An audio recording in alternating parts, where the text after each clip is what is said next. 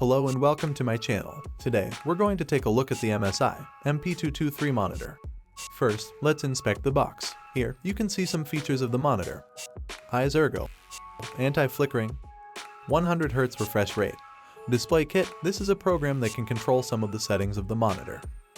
Accessory slot, which is a slot on the stand to put your phone or tablet, and of course, VESA mount support. If you are looking to have a multi-monitor setup, this is definitely a must. I'm surprised they didn't put adaptive sync in here because this monitor supports it. This is the side of the box.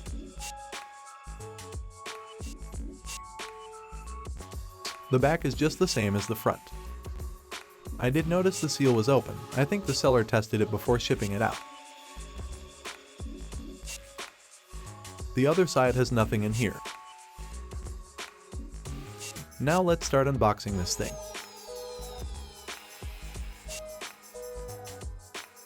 It's good that it has a lot of padding with this thick foam. Let's take a look at what's inside. The stand is really solid and doesn't feel cheap. It does have some rubber pads for grip, but they're pretty small.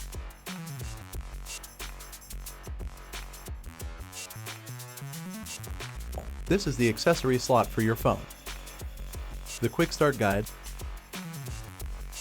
The power cable. HDMI cable. It's pretty short, I think about 1 to 1.5 meters.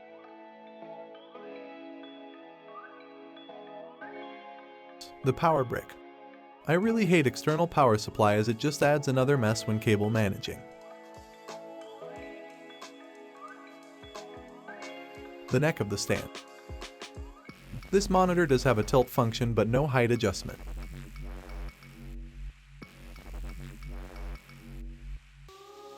Now for the monitor itself.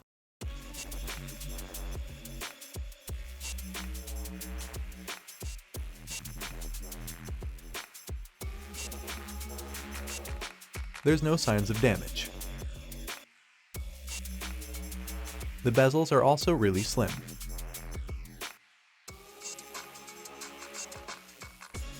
These are the same features written on the box.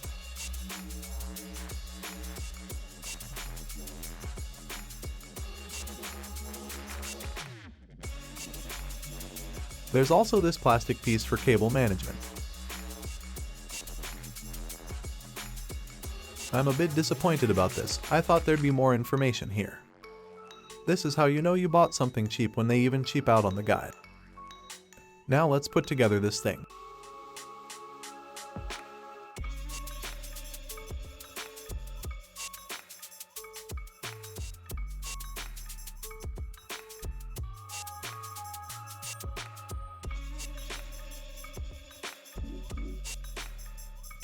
I never showed the back, so here it is. The MSI logo on top. You have 5 buttons, from top to bottom. First, the menu or back button, up button, down button, OK button, and bottom is your power button.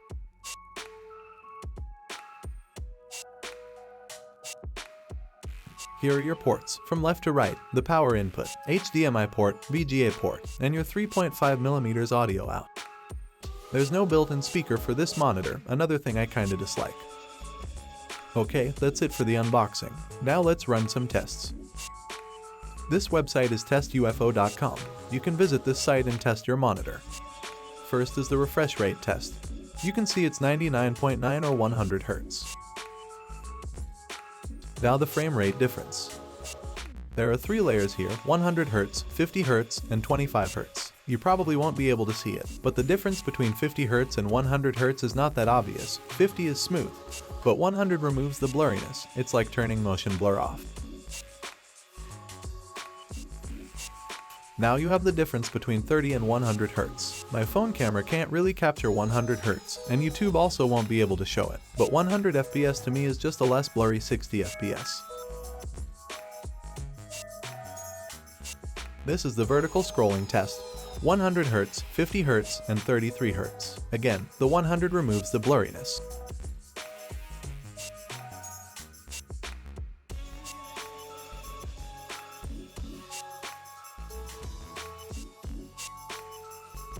Now this is the adaptive sync feature of the monitor. I'm using an AMD graphics card, so I'm using the VRR feature.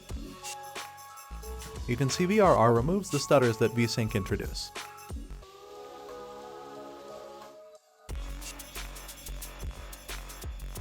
Now let's go to the ghost test. This is a VA panel, so this is the weakest panel type in terms of ghosting. If you can see the shadow that's following the UFO, that's ghosting, and is suspected. This VA panel does suffer from it.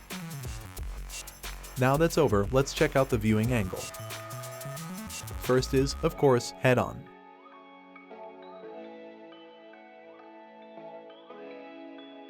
Now extreme left.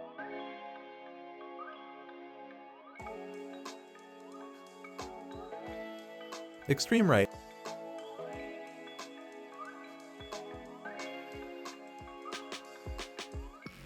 High angle.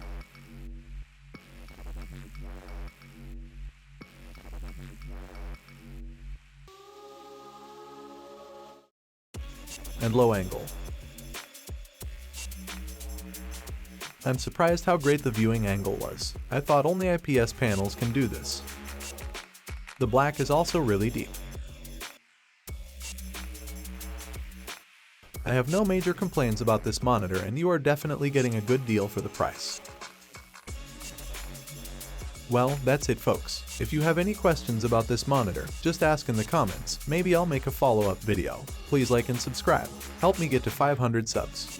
Thank you for watching.